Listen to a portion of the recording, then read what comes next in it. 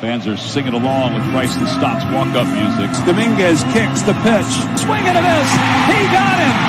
And the ball game and the series are over. Home run for Kyle Schwarber. A grand slam for Bryson. And the Phillies have the National League Championship.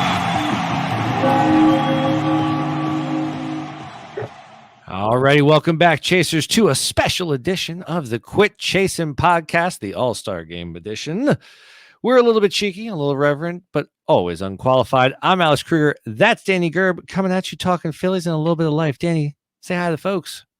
Hey, everyone. How you doing tonight, Alex? Do you know what? You're my all-star, buddy. Stop. I was going to say the same thing to you. You're my all-star, Smash Mouth. Well, I said it first. Got me on that. I guess I'm the poser. Yeah. You know, I told Kim about that. So I had to go to the AC on Sunday because I had a week. I knew I was going to have a week this week. I needed a beach day. I'm driving. I was like, you never believe what happened on the show the other day.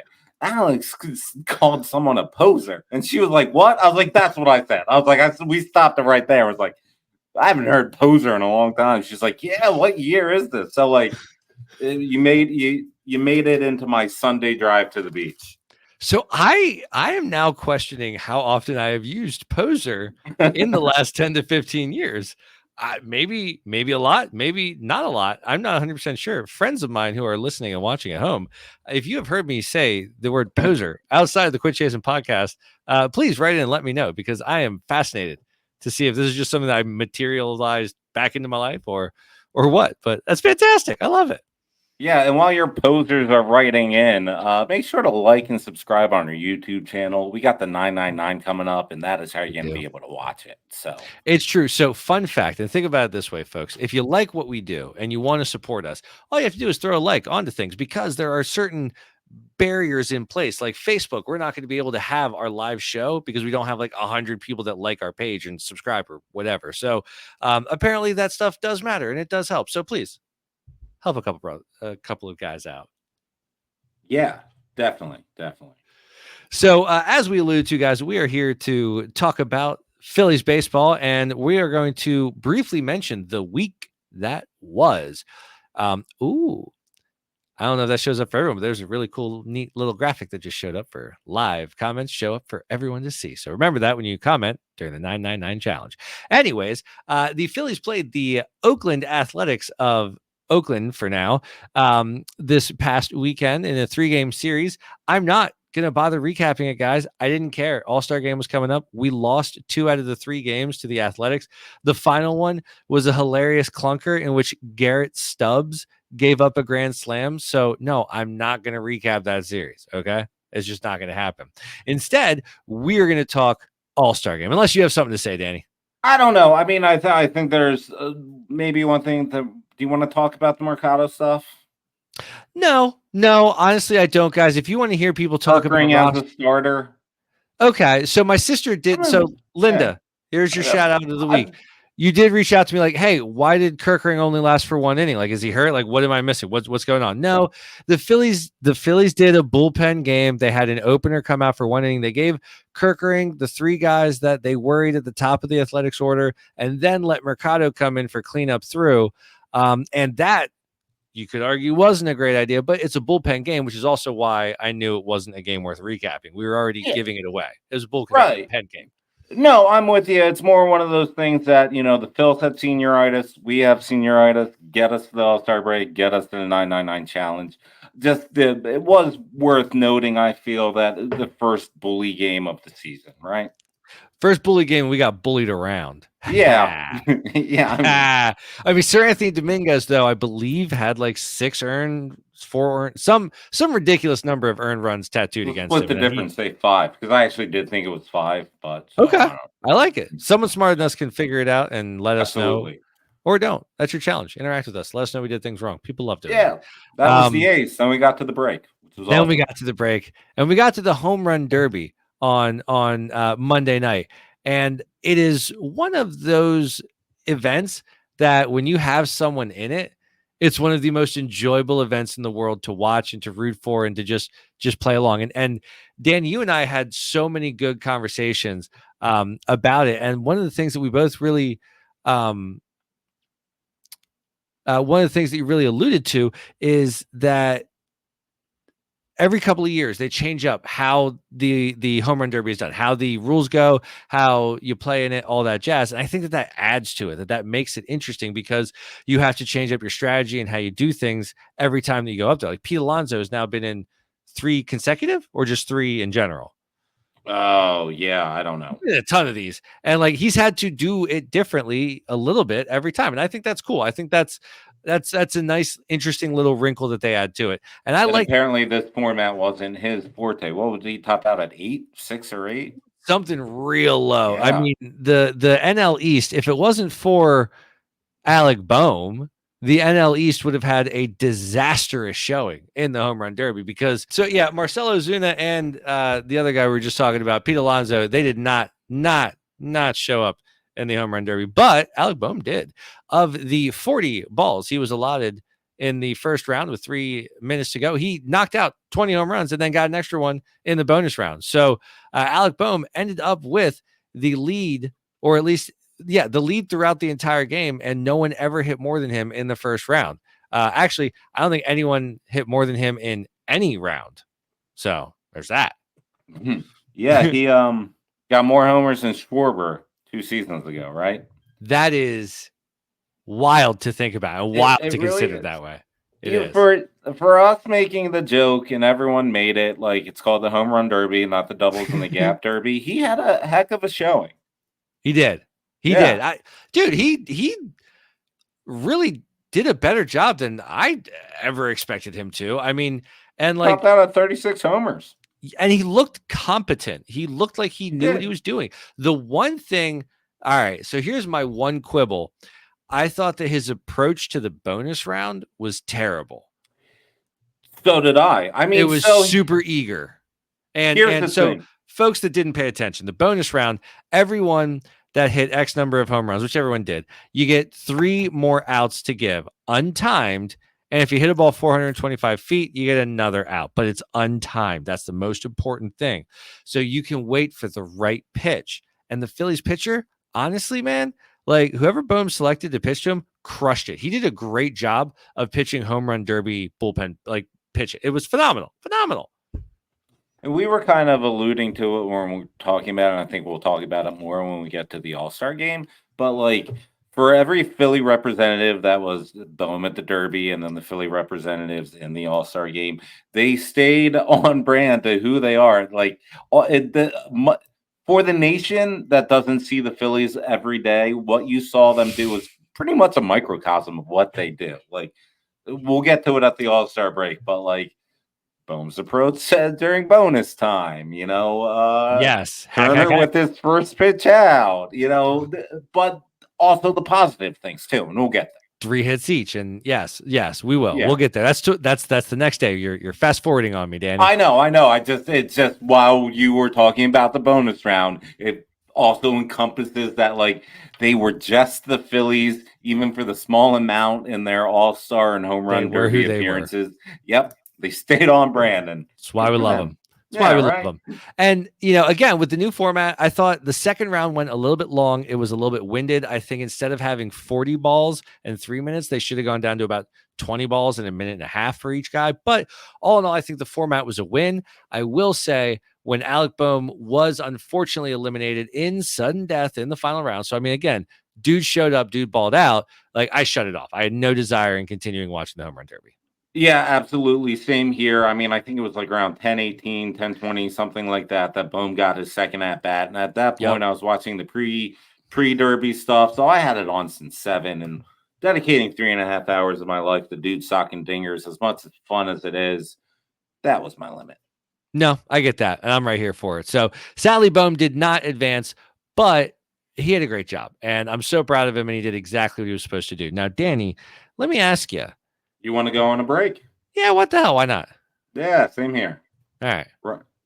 It's a short show, but it's a show. It is a show.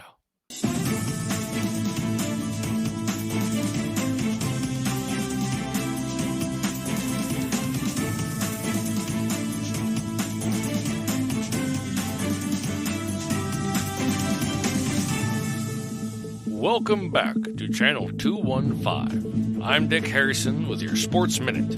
We have confirmed local podcasters Alex and Danny Gerb of the Quit Chasin Podcast are going live on Saturday, July 20th for the Phillies-Pirates game as they try to accomplish the 999 Challenge. Join us later so we can break down this challenge with questions such as, what are the rules?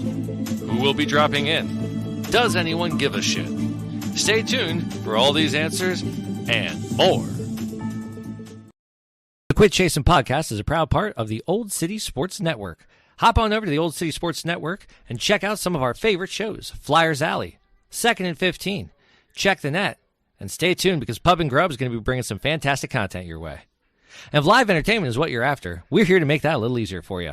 With our sponsor, SeatGeek, you can get $20 off on your first order when you use the promo code Old City Sports Network. Don't forget the E at the end of old. No matter who you are or when it is, it never hurts to look your best. If you have a beard in need of some love, make sure to check out Warlord Beard Essentials. And while you're there, use promo code OldSports in all caps and get 15% off, and then free shipping on all orders over $65. Lastly, Danny, I highly recommend you check out Righteous Felon Jerky Cartel. Hop on over to the Righteous Felon Jerky Cartel website and use promo code OCSN, all lowercase, and get 15% off of your order, plus free shipping on orders over $50. It's going to be a long season. Treat yourself and get a big old bundle of meat to snack on. You're worth it. I tried to link that up. It didn't work out as well as I was hoping it would. That would have been awesome. That would have been great. I might practice that. Who knows? Welcome back, folks. We're wrapping up our show. If you want to enjoy our standard bits, the media stables, amped up, love it, hate it, there's only one way to do that this week, and that's on our live show Saturday during the 999 Challenge when we face the Pittsburgh Pirates at 6:40 p.m. Saturday, July 20th. We will be live on YouTube. Find us there. But before the governor's going to shake you down. Oh, the guttural governor. But we still have one game to talk about. And that's what we do. It is the All-Star game, Danny. And I would like to start this off by issuing an official retraction or clarification on last week's episode. During our Love It, Hate It, I had said that I loved the All-Star game jerseys. And I'm going to retract that statement because if I misheard that statement, and the question was, do I like the idea of everyone wearing the same jersey? That I love. Do I like the 2024 iteration of the All-Star jerseys? Absolutely not. Neither AL nor NL. There was not enough respect given, I think, to the home team, to your team. There was not enough identification, identity, etc. NL and AL can have the same color scheme, but you should still have some personality of your home team. That's what makes it what it is. That's why people want to go buy it. That's why friend of the show, Chris Ferry from our quarter round table episode said that, he went and he got a Team USA Trey Turner jersey because that's the one he wanted to wear for 10 years. And that's a great concept. Let's get some good style jerseys out there. But what we saw was horrible. So, clarificational wise, I did not like this year's jersey, but I'm holding out hope that the idea is a good one because last year's jerseys were good. Yeah, I'm with you. I think last year's were great. Yeah, that was the question do you like the idea of a solid uniform for each team or them representing their specific teams out on the field? Bryce Harper said it's a no-brainer to go back to wearing their own jerseys. I think we're in the minority, but I agree with you. This year's design and color scheme for both sides are off. That being said, the Orioles hat with the bird sitting. That was cool. That was the best looking one. Yeah, it worked well. Like that blue tint bird over those stripes. Yeah, that was real nice. That looked. Yeah, that was the only thing design wise I can give it credit for. But that being said, I still like the communal uniform. I respect that. I like that. I'm here for it. I'm here for it. And then the game itself was played, and I gotta, you and I were talking about this and speaking about things that we're in the minority about. There was a time years ago when the winner of the All-Star game decided which team would end up with home field advantage in the World Series.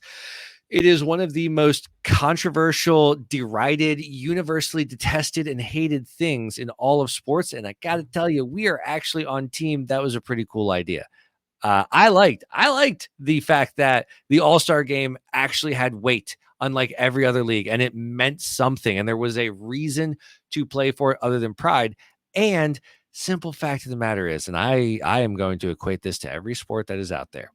If you cannot win 4 out of 7 games, you are not the better team, no matter where it is played.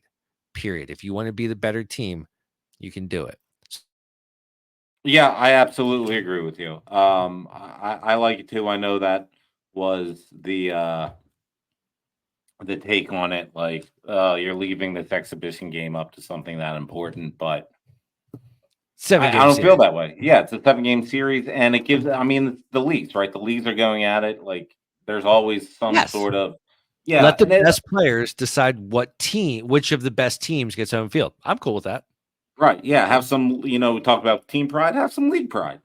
Because at the same time, if the AL is an absolute gauntlet and just like murderer's row, everyone's around 500, but the NL, there's 2 front runners, but they wouldn't actually hold up a candle like in the AL, then the home field advantage thing is crap because all you did was LeBron it and you just won a really easy league on your way to a championship.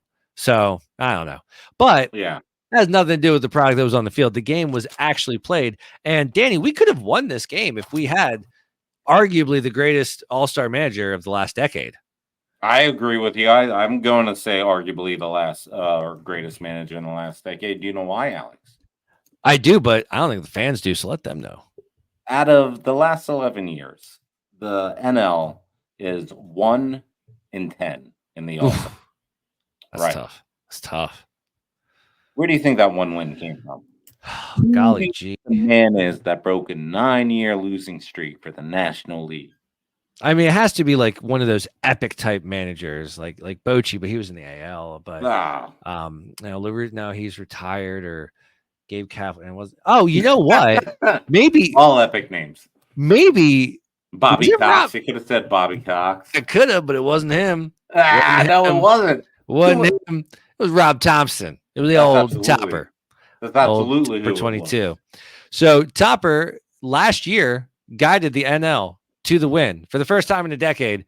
And without Topper at the helm, people don't win. It is as simple as that. So, and on that note, you could argue that the game kind of became over after Ohtani hit the 3-run home run. And the NL was up by 3 and had all the momentum in the world. Skeens did his Skeens thing, cruising along. And then Logan Webb from San Francisco comes in. And there was just something about his face that screamed, I don't have it, because he gave the game away. A few innings later, that was it. And by the time the Phillies relievers came in, the starters were done hitting the ball, and it was all too little too late. The offense, everyone got a hit. Every single Philadelphia Phillies starter in the All-Star game got a hit. Yeah. Danny, you had the pitching stats earlier. What did the pitchers do in relief last night? The Phillies bully got 4 outs on 11 pitches. 4 outs on 11 pitches. That's less than 3 pitches an out. Mr. Sanchez did 2 outs on 2 pitches. God love him. God love him. I think, what is it? Strom had a 5-pitch strikeout. Yes, sir. So, yeah, there you go. Yeah, it was a good day. It was a good day for Philly. Yeah, good day for the Philly bullpen. Yeah, and we alluded to it earlier. Like, everything that happened that night and the night before was Philly. Total Philly, total microcosm of this team. Bryce pandering, the Bryce hitting the double, opposite field double. And also into a double play. Yes. To end an inning. Phil's hitting into a double play, Turner and Bohm right on his first at bat, both doing 1 pitch out, 1 pitch outs. Yeah, like the bullpen coming in and being lights out, just like epic. Turner out of nowhere having web gem level defense. Yeah, that was the only. I'll take all-star game Trey Turner defense every day. That'd be awesome. Hey man, and credit where credit's due, man. We've really come around on Trey. We thought that his on-field interview was delightful with Bryce and Bohm and Trey. I thought that the 3-headed interview was very, very good. Listening to Bryce be so happy and energetic and cheering on Trey's almost turn 2 was dynamite. So I love that. It was fun. It was a fun game to watch. I lasted until the last of our guys were done batting, and I was out. I was done. How about you? Did you last the whole game? I got like somewhere, I would say between the 8th, like, not quite the bottom of the 8th, but also not mid 8th. Like, maybe like, I guess if I was a pitcher, you'd say maybe 8 1/3. I probably did 8 1/3. It is funny though, and for what it's worth, Major League Baseball, if there had been stakes to this game, if the winner of this game decided home field advantage in the World Series, a series that my team has a likelihood of being in, I probably would have watched all 9 innings. So let that tell your ratings what they need to tell them. Okay. And maybe sometimes, all right, having a little bit of something on the line, it's a good thing. So those are my. It was fun. There were fun moments. Otani looking at Bryce at that double, like, hey, giving him the thumbs up. Fun stuff like that. Fun. It was a good time that you see. Yeah. Freddie Freeman wishing the best that he could have been a Philly. Corbin Burns asking Bohm, what do I got to do to miss a barrel? Like there's some fun moments. Absolutely. It's a fun exhibition. It's a good time, and it's a well-deserved break. Alex, tell them what else is going to be fun. What else is going to be fun? Well, gee, Danny, I don't know. My dance card's filling up pretty quickly this week, culminating Saturday night, 6:40 p.m., when you and I hop on the interweb to do a live 999 challenge, 9 hot dogs, 9 Miller Lights within 9 innings of baseball. Come out, watch us. Do it along with us if you want. Get bloated. Have a good time. Talk some fills. See if some of our friends drop by to have some conversations. And tell a couple of friends to check us out too. Why not? We're going to be around for like 3 hours. Hop in. Yep, it's a good time. Absolutely. We'll be starting at game time, which is 6:40. It's on YouTube at the Quit Chasin Pod. That is how you'll watch us live. We'll drop the links on the socials closer to the start time. So be on the internet, be on the lookout. But if you're not, just head to YouTube at the Quit Chasin Pod. It's at Quit Chasin Pod, not the. There it is. At Quit Chasin Pod. And you'll see us. We'll be all highlighted in red saying live. Click on that and eat some hot dogs, drink some beers with us. We're going to have a good time. That's all that we have for this week, folks. Again, if you missed our standard bits, you got to come and see us live. We're going to do Amped Up. We're going to do all of that fun stuff with some of our friends. So again, I cannot stress this enough. Come check us out. It's going to be a good time. Absolutely. We'll do better on Saturday, I promise. And everyone knows an ant can't move a rubber tree plant.